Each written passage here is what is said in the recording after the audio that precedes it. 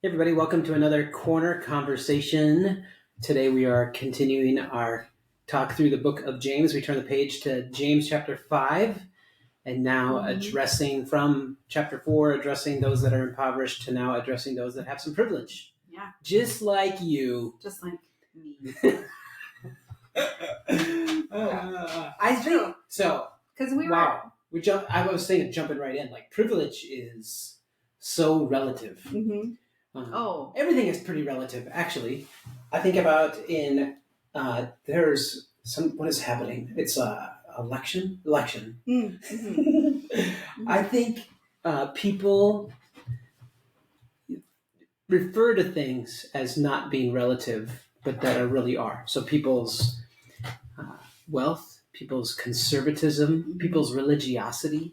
You can be in a room where you are the most, whatever the word, religious person in the room, and then you walk into another room and everything is relative. Mm-hmm. And so when we don't, if we use health as the measure, it's very different than, again, if we use relativity as the measure, because parenting, you say, you can be in a room where you are the worst parent in the room, and you can be in the room where you're the best parent in the room. Absolutely. Does that make you a bad or a good parent? It's about health, not about what other people are doing. Yeah. And so James brings that to the table. Yeah. Pretty fun. It is fun. What were we talking about? That earlier is why this we're week. Here. Yeah, that is why we're here. Right, we're talking about James. We were talking about being detail oriented, and that list is very I can be the very least detail oriented person in a room if I'm with Greg, probably, but I can be the most detail oriented person if I'm with Scott, maybe. I don't know. Wow, I think you have a bad perspective of both of us. Oh, okay. I'm appropriate. You know what? In personality wise, I don't love details, but when they are not detailed, I feel I have emotions. They're either okay or angry. Scott has selective perfectionism. Yeah! Yes. I love my selective perfectionism. And it makes zero sense to anybody else. There's some things that you would think, this is the most important thing, and Scott's like, meh. And then there's other things you're like, ouch! I'm bleeding. Oh, it's so true. Okay? And then there's other things that you're like, Scott won't care. And he's like, why do you tell me? I'm like, okay. And then the answer is usually it's been in your email for 3 weeks. It is. Oh man. I don't know either. What are my triggers? I don't really know. Is it stress related? No.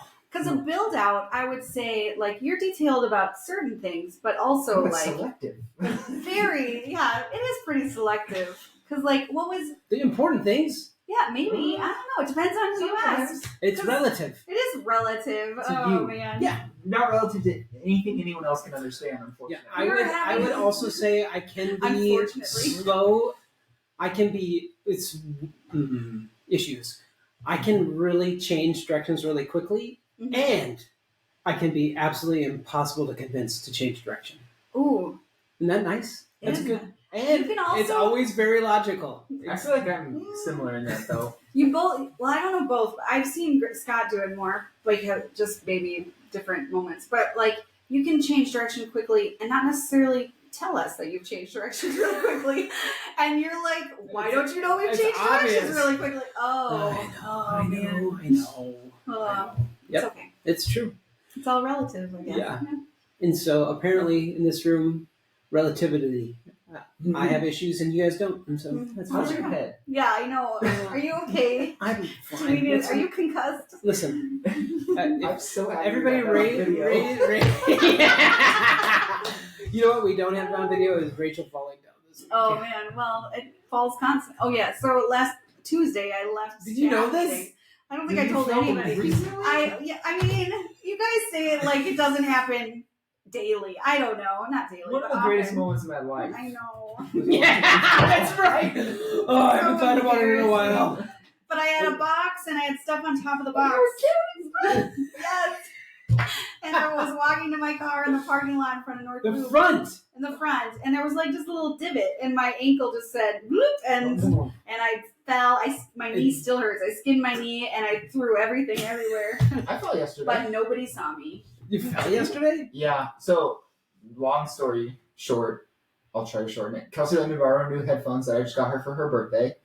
But when I connected them to my watch, because I was going on a run, only one side was working. So I went back and got them fixed.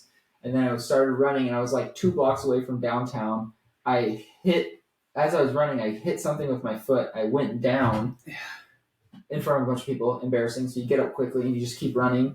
And the headphones all of a sudden were doing that thing again, where it's only one side. And I was like, great. My whole run, I'm just going to have one side headphones. And then I go touch my ear. The headphone had fallen out. No. So I had to run back in front of all the people that had just watched me fall. To go That find you my had run headphones. away from. Yeah, I ran faster away, but I found them. So That's good. That's Thank good. goodness. Yeah. I like falling though. You do? Why do you like it? Because I'm pretty sure I fall and then need you're like, replacements. okay, it's like, oh, okay, life is good. Because most people die because they don't fall for a long time, and then all of a sudden they fall. And Am it I just gonna live ruins forever? everything. Indirect correlation. I don't know if falling keeps you healthy, but the ability to get up is a sign of Or health. the ability Yeah. to fall and not break yourself. Yeah. Ugh, okay, I don't know where I fall in this That is. category. I'm pretty sure one of my ankles is like unsure if it wants to work. There's a lot of anymore. ways to die. I just don't want to have died because I fell. Yeah. Well, so Okay, there you're is. older, you break your hip, you kind Yeah, of it's thing. so sad. It's yeah. so terrible. There is there's a big difference though. There's I fell off the 17th step of a ladder and didn't make it, Yeah, that's a good way.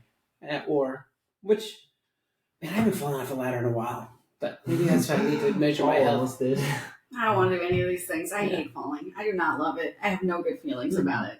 I have skin. permanently Another skin good knees. measure of health is how do you respond when being chased. I'm just lay down back. I'm already dead. Leave me alone. Yeah, possum, where you just roll up.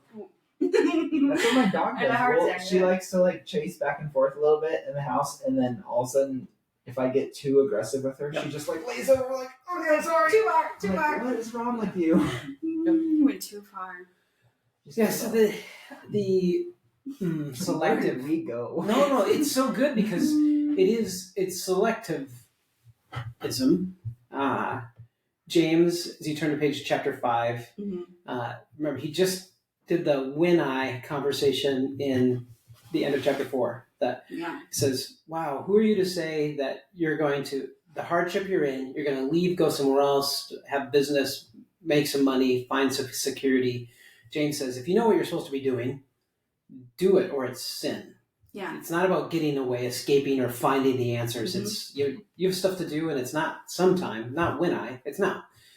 Then you turn the page, and he goes, "Oh yeah, and to you affluent people, you've got some means, you got some purposes, and wow, you don't even feel bad that you're taking advantage of people." In essence, he's saying that you're the parallel that he draws is that you have employees that you're not paying, and so in hardship. I think the thing that is, again, relative is that somebody can say, and the people who are saying it here, is that they'd rationalized that here's a moment because of the hardship that I'm facing, maybe for sure that I'm facing, I can't pay you right now. And James goes, where does this rationalization coming from? You can't manipulate, you can't lord over, you can't cheat people. And I think that is something that's it's in all of us, is to have excuses for the things that we do. I grabbed a couple different lists and put them together of the top 10 laws that people break. And I think they're pretty funny because what would Amber say? That I don't feel much pain in breaking most of these. Except you hate when people litter. I was like, I can't I do imagine you littering. You're right. I don't. Littering is speeding. I think so. I would like to. We're gonna ask people to. What are people's rationales for all of these? Speeding. I think. What is my rationale? Oh, this is Everyone else all is so doing it. vulnerable. Everybody else is doing it. I gotta it's important that I get to where I'm going. I have complete It doesn't actually matter. narcissistic self-focus Mhm. on my need to get anywhere, and nobody else has a reason to get where they're going. Whatever, it's fine. Jaywalking. You know what? In the Baltics, actually in most of Europe, when it says don't walk, they don't walk. Seattle's the same Ooh, way. They don't walk here. Oh, they walk here. Remember? Way No. more. I've spent a lot of time downtown this last Yeah. 2 weeks. I am walking across the street while people are waiting.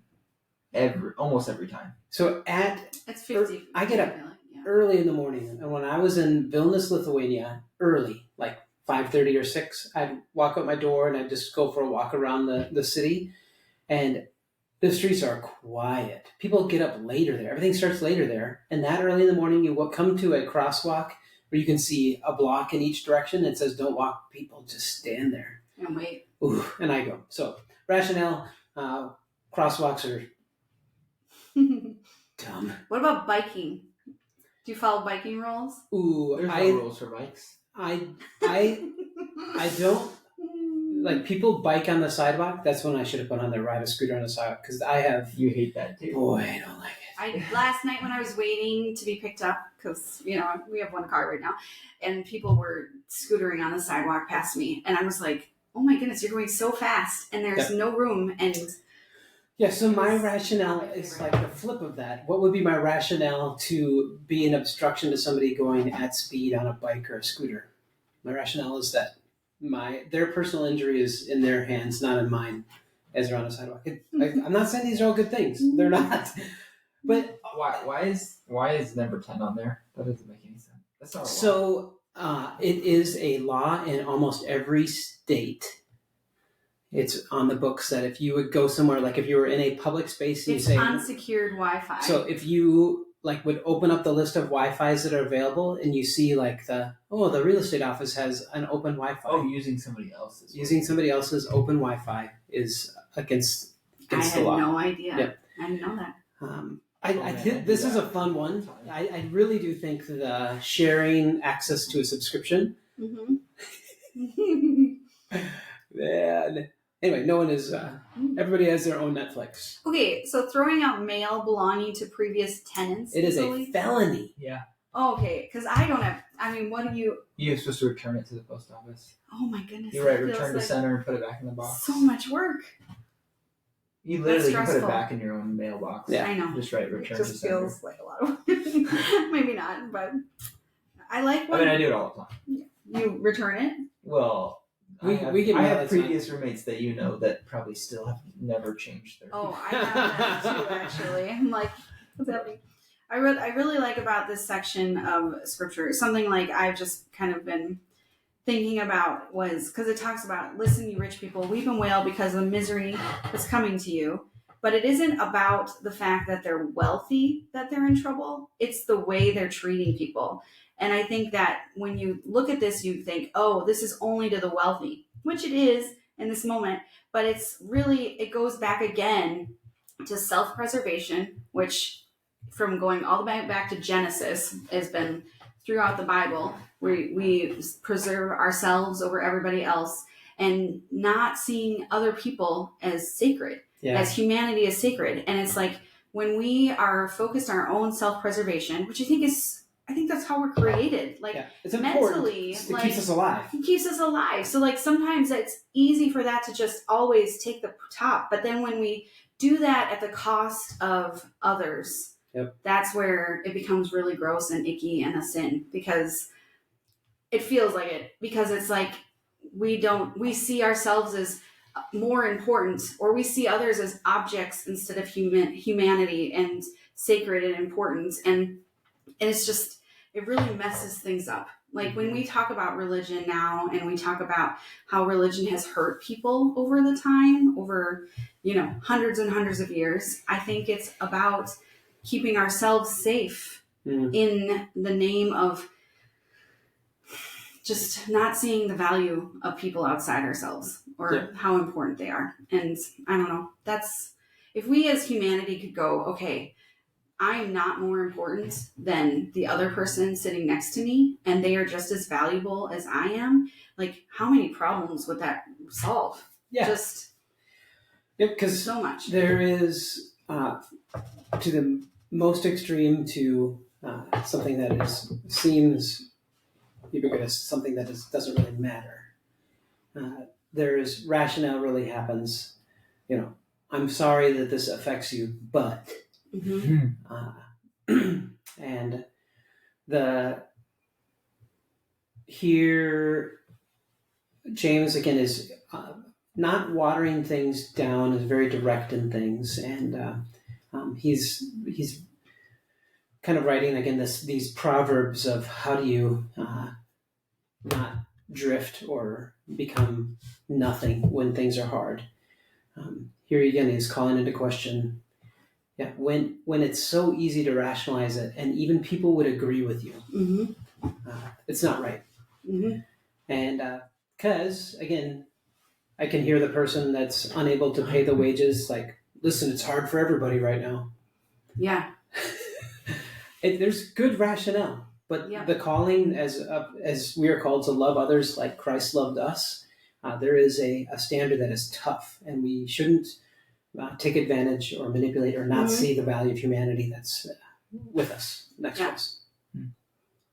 I just like when you said that whole thing about paying wages, I think about, and like this sounds more judgmental than it's meant to, but like just the imbalance, like when we talk about how Jesus calls us to be servants to everybody, and that like flipping everything on its head, and you think of these like companies where the head of the companies can make so much money, but then they have people at the bottom that are barely able to make it.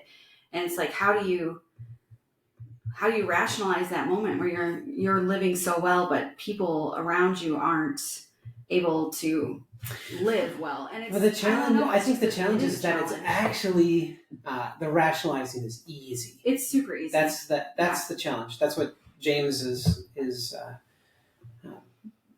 putting on the table, is that when things are complicated, you can rationalize anything. And if I feel this, it's heavy, it's hard in pastorship and parenting and being a spouse, all these different things. It's very easy when things are challenging to rationalize poor behavior, rationalize treating people poorly, and so if you do this, if you read this as, I wish so-and-so would hear this, then it's missed the point. But also, if you read this and you go, who are you? You don't understand me and my circumstance. Little impact. I think the key for us all the time is to, not just this Sunday, but continually going, I need to evaluate this. Am I excusing myself in not loving others as Christ loved them or loves them? Am I excusing myself in being manipulative or condescending or selective perfectionism for other people? Whatever. Yeah, I mean, it's all of us, because it's because I think even just in day to day, right, we have moments of frustration, and like we vent to each other, which is not bad, but it is a moment where you go, okay, now, like Kim and I were talking about this a few weeks ago when it was me, Kim, and Tyler here. It was like, I might vent to Kim, and I appreciate being able to do that. At the same time, like after venting, how do we grow? How do we mature? How do we go back to that first verse in James where it's like the goal is maturing over time?